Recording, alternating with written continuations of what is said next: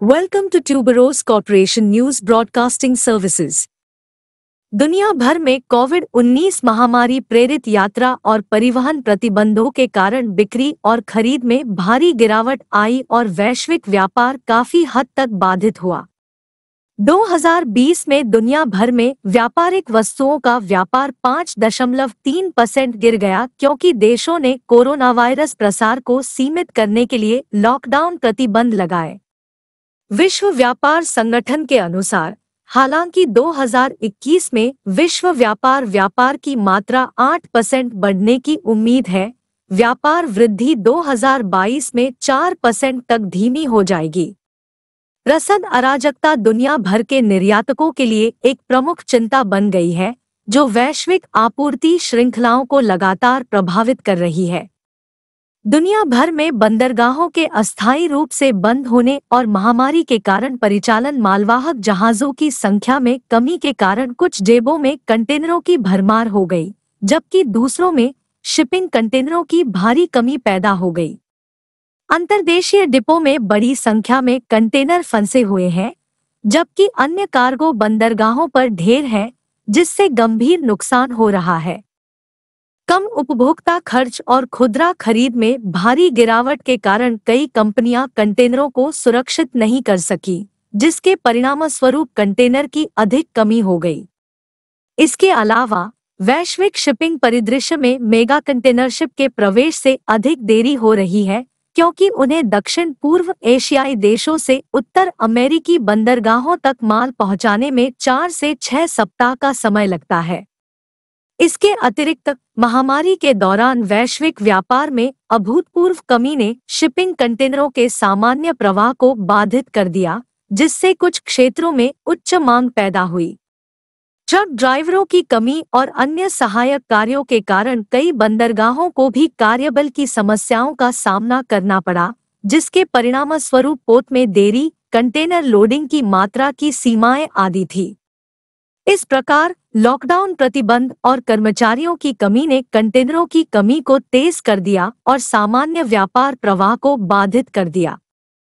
Container वैश्विक व्यापार का एक अनिवार्य हिस्सा है, क्योंकि दुनिया भर में उपयोग किए जाने वाले लगभग 90% सामान, जिनमें प्रसंस्कृत खाद्य उत्पाद, दवाएं, कपड़े, बिजली के उपकरण आदि शामिल हैं, समुद्र के माध्यम से ले जाए जाते हैं। लगभग $14 ट्रिलियन मूल्य का माल कार्गो कंटेनरों के माध्यम से ले जाया जाता है, जो वैश्विक अर्थव्यवस्था को चालू रखता है। अंतर्राष्ट्रीय व्यापार में तेजी से सुधार और कंटेनरों की अनुपलब्धता की कमी ने मई 2021 से कंटेनरों की दरों में 60% तक की वृद्धि की है।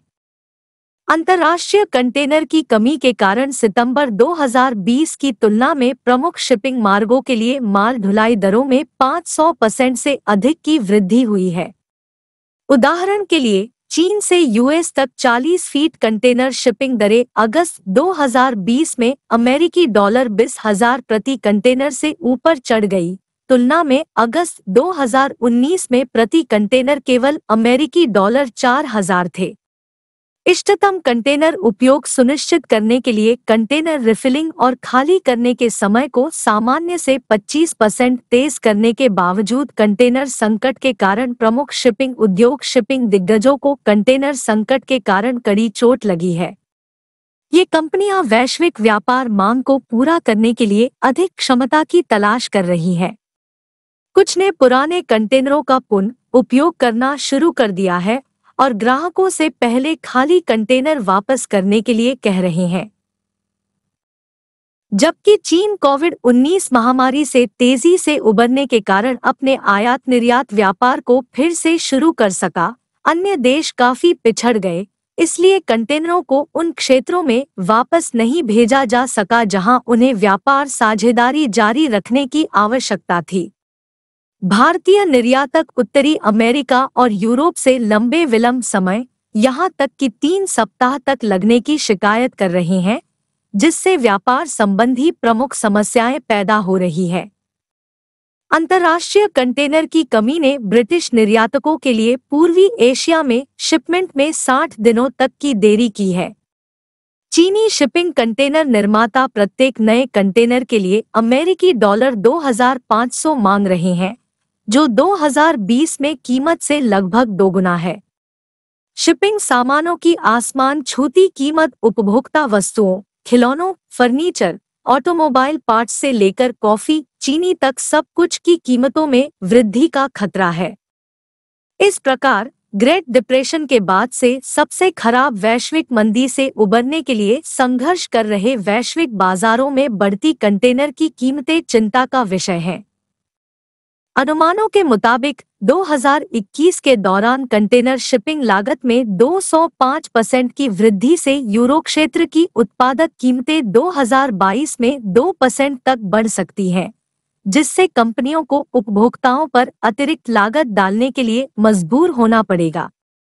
दुनिया के लगभग 80% शिपिंग कंटेनरों का निर्माण 3 चीनी कंपनियों, चाइना इंटरनेशनल मरीन कंटेनर्स, सिम्क, Dubai International Financial Centre (FDIC) और Changzhou Xinhuachang International Containers Company Limited (CXIC) द्वारा किया जाता है। ये निर्माता कंटेनर की मांग को पूरा करने के लिए अपने उत्पादन को रिकॉर्ड दरों तक बढ़ा रहे हैं। हालांकि कारखानों के उत्पादन में तेजी के बावजूद नए कंटेनरों की सूची बहुत कम है, जो कीमतों में बढ़ोतरी का कारण बन रही है। इसके अलावा अधिक शिपिंग कंटेनरों का निर्माण बाधित वैश्विक व्यापार आपूर्ति श्रृंखला का तत्काल समाधान नहीं है, क्योंकि ऑर्डर किए गए जहाज़ों को 2023 और 2024 के अंत में वितरित किया जाएगा। इसके अलावा अधिक जहाज़ों को इंजेक्ट करने से बंदरगाहों पर अड़चनें बढ़ेंगी और देरी की अवधि बढ़ जाएगी। कंटेनरों के वैश्विक वितरण को पुनर्संतुलित करने के लिए जहाज़ों और कंटेनरों की संख्या को संभालने के लिए बंदरगाहों को अच्छी तरह से सुसज्जित किया जाना चाहिए।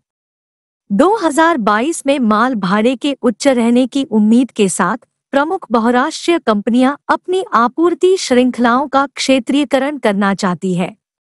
वॉलमार्ट, होम डिपो, आइकिया आदि जैसे बड़े व्यवसाय उत्पाद की कमी को दूर करने के लिए अपने कंटेनर और चार्टर जहाज खरीदने पर विचार कर रहे हैं। अलीबाबा ग्रुप के कैनियाओं ने खाली कंटेनरों के बैकलॉग को कम करने के लिए 50 देशों में 200 बंदरगाहों में फैली अपनी कंटेनर बुकिंग सेवा शुरू की है। दुनिया भर में पिछले एक दशक में बढ़ती उपभोक्ता मांगों के बावजूद निर्यातकों की भारी जरूरतों को पूरा करने के लिए बंदरगाह के बुनियादी ढांचे में कोई बड़ा परिवर्तन नहीं हुआ है। महामारी से पहले भी इष्टतम शिपिंग कंटेनर उपयोग सुनिश्चित करने के लिए बंदरगाहों को बुनियादी ढांचे के उन्नयन के लिए निवेश की आवश्यकता थी। कई बंदरगाह 20,000 कंटेनर तक ले जाने में सक्षम बड़े जहाज़ों के लिए सुसज्जित नहीं हैं, जिनके लिए गहरे डॉक और बड़े क्रेन की आवश्यकता होती है। उत्तरी अमेरिका में मई 2021 में एंकर पर कंटेनर जहाज़ों का औसत समय बढ़कर 30 घंटे से अधिक हो गया, जबकि पूर्व महामारी के समय में यह केवल 8 घंटे था।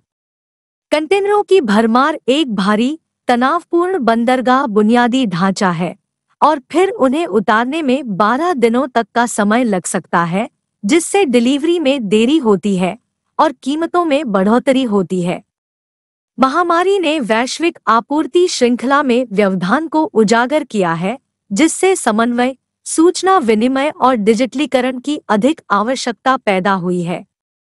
संचालन को स्वचालित करके बंदरगाह के बुनियादी ढांचे में सुधार, बड़े जहाज़ों को संभालने के लिए सुविधाओं का निर्माण और संचालन को बढ़ाने के लिए बंदरगाह पर अधिक कर्मचारियों को नियुक्त करने से माल को समय पर पहुंचाने और कंटेनरों को समुद्र में फंसे होने से रोकने में मदद मिल सकती है। वाणिज्य और उद्योग मंत्रालय द्वारा जारी रिपोर्ट के अनुसार सितंबर 2021 में भारत का व्यापारिक निर्यात सितंबर 2019 में अमेरिकी डॉलर 26.02 बिलियन से 28.51% बढ़ गया। भारत से आने या जाने वाले कंटेनर की कीमत बढ़कर अमेरिकी डॉलर 7,000 से अमेरिकी डॉलर 10,000 हो गई। कुछ महीने पहले अमेरिकी डॉलर 3,000 से अमेरिकी डॉलर 4,000 की तुलना में। इसके अलावा यूरोप और अमेरिका के लिए माल ढुलाई लागत में 100% की वृद्धि हुई है, जबकि अमेरिकी वेस्ट कोस्ट और यूके में पिछली तिमाही में लागत में 200% से अधिक की वृद्धि हुई है। भारत पेट्रोलियम से लेकर इलेक्ट्रॉनिक उपकरणों, उर्वरकों से लेकर सक्रिय फार्मास्यूटिकल सामग्री तक और बहुत सी वस्तुओं का शुद्ध प्रवर्तक है। वैश्विक कंटेनर की कमी के कारण भारत में छोटे निर्माता कच्चे माल और मध्यवर्ती वस्तुओं को प्राप्त करने के लिए संघर्ष कर रहे हैं, जिससे मुद्रास्फीति बढ़ सकती है। व्यापक महामारी प्रेरित छंटनी ने श्रम की कमी को जन्म दिया है, जो आगे चलकर वस्तुओं की देरी को बढ़ा रहा है। भारत में बहुत कम कंपनियां शिपिंग लाइनों को नियंत्रित करती हैं और शिपिंग कंटेनरों की बढ़ती मांग का लाभ उठाने के लिए लागतों पर एकाधिकार करती है। दक्षिण अमेरिका, पश्चिम अफ्रीका और पूर्वी देशों की कई कंपनियां अवास्तविक बढ़ी हुई माल भाड़ा दरों के कारण भारत से माल आयात करने से मना कर देती है। उद्योग के निर्माताओं को चिंता है कि आयात निर्यात बाधाओं के कारण छुट्टियों के मौसम में भारत कुछ गंभीर व्यवसाय खो सकता है। Federation of Indian export organisation लगभग जारी करने के लिए सरकार से मदद मांग रहा है। देश भर के विभिन्न बंदरगाहों पर फंसे 25,000 से 35,000 कंटेनर या कस्टम विवादों के कारण अनलोड नहीं किए गए। शिपिंग उद्योग के विशेषज्ञ सकारात्मक है कि आने वाले महीनों में बाजार में प्रवेश करने वाले अधिक जहाजों और कंटेनरों को शामिल करने से मौजूदा शिपिंग समस्याएं जल्द ही कम हो जाएंगी। आगे बढ़ते हुए नियम बनाने में पारदर्शिता और उन्नत बंदरगाह अवसंरचना वैश्विक व्यापार का समर्थन करने के लिए मौलिक होगी। डेटा मॉडलिंग और प्रौद्योगिकी के माध्यम से शिपमेंट मात्रा का अग्रिम अनुमान लगाने से सही मार्ग चुनने, क्षमता को अधिकतम करने और बेहतर निर्णय लेने में मदद मिल सकती है। केंद्रीय बंदरगाह, नौवहन और जलमार्ग मंत्री सर्बानंद सोनोवाल ने शनिवार को कहा कि कंटेनर की कमी के मुद्दे को सफलतापूर्वक संबोधित किया जाएगा क्योंकि इस मामले को पूरी तत्परता से उठाया गया है। सोनोवाल, जो देश के एक दिवसीय दौरे पर थे, प्रमुख बंदरगाह जेएनपीटी ने यह भी कहा कि बंदरगाह, नौवहन और जलमार्ग मंत्रालय में अतिरिक्त सचिव के तहत एक समिति अन्य संबंधित मंत्रालयों के प्रतिनिधियों के साथ साथ इस मुद्दे को देख रही है। इससे पहले दिन में सोनोवाल ने अपनी सार्वजनिक निजी भागीदारी पहल के माध्यम से बंदरगाह द्वारा की गई प्रगति की समीक्षा की और जेएनपीटी के प्रमुख हितधारकों के साथ बातचीत की। इसके अलावा जेएनपीटी पोर्ट रोड कंक्रीटीकरण परियोजना के भूमि पूजन समारोह का उद्घाटन किया। सोनोवाल ने कहा, यह कंटेनर की कमी एक बड़ा मुद्दा है। इसे तत्काल तरीके से उठाया गया है और निश्चित रूप से हम इसे सफलतापूर्वक हल करने जा रहे हैं। मंत्री ने कहा, सभी संबंधित मंत्रालयों ने सही परिप्रेक्ष्य में प्रयास किए हैं। महामारी के बीच भारत सहित विश्व स्तर पर निर्यातक पिछले कुछ समय से कंटेनर की कमी का सामना कर रहे हैं। हालांकि शिपिंग मंत्रालय और शिपिंग फर्मों के हस्तक्षेप से स्थिति कुछ हद तक आसान हुई है। निर्यात के लिए कंटेनरों की कमी की समस्या को दूर करने के लिए सरकार ने सितंबर के अंत में घरेलू बंदरगाहों पर पड़े आयातित जहाजों के पुनः निर्यात के लिए 3 महीने के विस्तार की घोषणा की। सोनोवाल ने कहा कि समुद्र द्वारा किए जाने वाले अधिकांश वैश्विक व्यापार के साथ बंदरगाह महत्वपूर्ण गेटवे इंफ्रास्ट्रक्चर है, जो पूरे क्षेत्र और इसके अंतर्देशीय परिवहन नेटवर्क, सड़क, रेल, अंतर्देशीय जलमार्ग को अंतर्राष्ट्रीय बाजार से जोड़ते हैं। उन्होंने इस बात पर प्रकाश डाला कि कैसे जेएनपीटी ने अपनी एग्जिम केंद्रित पहलों और तेजी से रसद संचालन को सुव्यवस्थित करने में विश्व स्तरीय विशेषज्ञता के माध्यम से भारत के बंदरगाह क्षेत्र का नेतृत्व करना जारी रखा है, जिसके परिणामस्वरूप व्यापार के लिए पसंदीदा पोर्ट ऑफ चॉइस के रूप में उभर रहा है। उन्होंने आगे कहा, जेएनपीटी देश में सबसे बड़े कंटेनर बंदरगाह के रूप में अपना नाम कमाने में सफल रहा है, जो वैश्विक मानकों के अनुरूप है। उन्होंने कहा कि जेएनपीटी प्रतिबद्धता के साथ देश की सेवा कर रहा है। जेएनपीटी निकट भविष्य में एक मेगा बंदरगाह बनने जा रहा है। यही विजन प्लान है जो हमारे दिमाग में है। इसके लिए बंदरगाह के उपयोगकर्ताओं को सर्वोत्तम संभव सहायता प्रदान करने के लिए जो भी शीर्ष श्रेणी की सुविधाओं को शामिल करने की आवश्यकता है, उन्हें प्रभावी ढंग से किया जाएगा, उन्होंने कहा।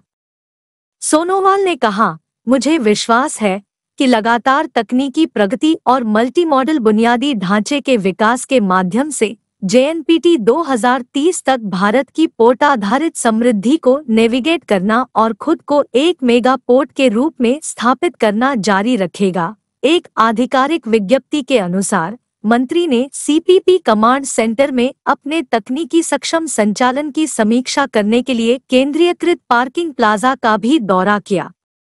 सोनोवाल ने टर्मिनल संचालन पर एक प्रस्तुति की भी समीक्षा की और एक जहाज पर चढ़े और जेएनपीटी के बहुत्पाद एसईजेड और Hind terminal container freight station का दौरा किया। इसके अलावा केंद्रीय मंत्री ने नए Bharat Mumbai container terminals private limited (BMCTPL) की कमीशनिंग द्वारा किए गए स्मार्ट पोर्ट इनिशिएटिव्स की खोज की। BMCTPL और इसके दूसरे चरण के विस्तार की प्रगति की समीक्षा की। इसके अलावा मंत्री ने जेएनपी अस्पताल में मेडिकल ऑक्सीजन प्लांट का भी शुभारंभ किया। उन्होंने कहा कि जेएनपीटी आने वाले दिनों में और आगे बढ़ेगा और देश की अर्थव्यवस्था को मजबूत करने और देश के किसानों के उत्पादों के निर्यात में बड़ी भूमिका निभाएगा। पीएम गति शक्ति योजना का जिक्र करते हुए सोनोवाल ने कहा, विभिन्न मंत्रालयों द्वारा किए जा रहे एकीकृत प्रयास से देश भर में विकास कार्यों में गति आएगी। जेएनपीटी के विशेष आर्थिक क्षेत्रों का उल्लेख करते हुए मंत्री ने कहा, एसईजेड गति शक्ति योजना का एक महत्वपूर्ण घटक है। अगर कनेक्टिविटी के सभी साधन, चाहे वह जलमार्ग, वायुमार्ग या रेलवे हो, एक साथ लाए जाते हैं और वे इस उद्देश्य के लिए एकजुट होकर अपनी भूमिका निभाते हैं, व्यापार का हो या लोगों को उचित समय में सुविधाएं उपलब्ध करा रहा हो, तो निश्चित रूप से देश की अर्थव्यवस्था थोड़े समय में मजबूत हो जाएगी। समाचार देखने के लिए धन्यवाद। शुक्रिया।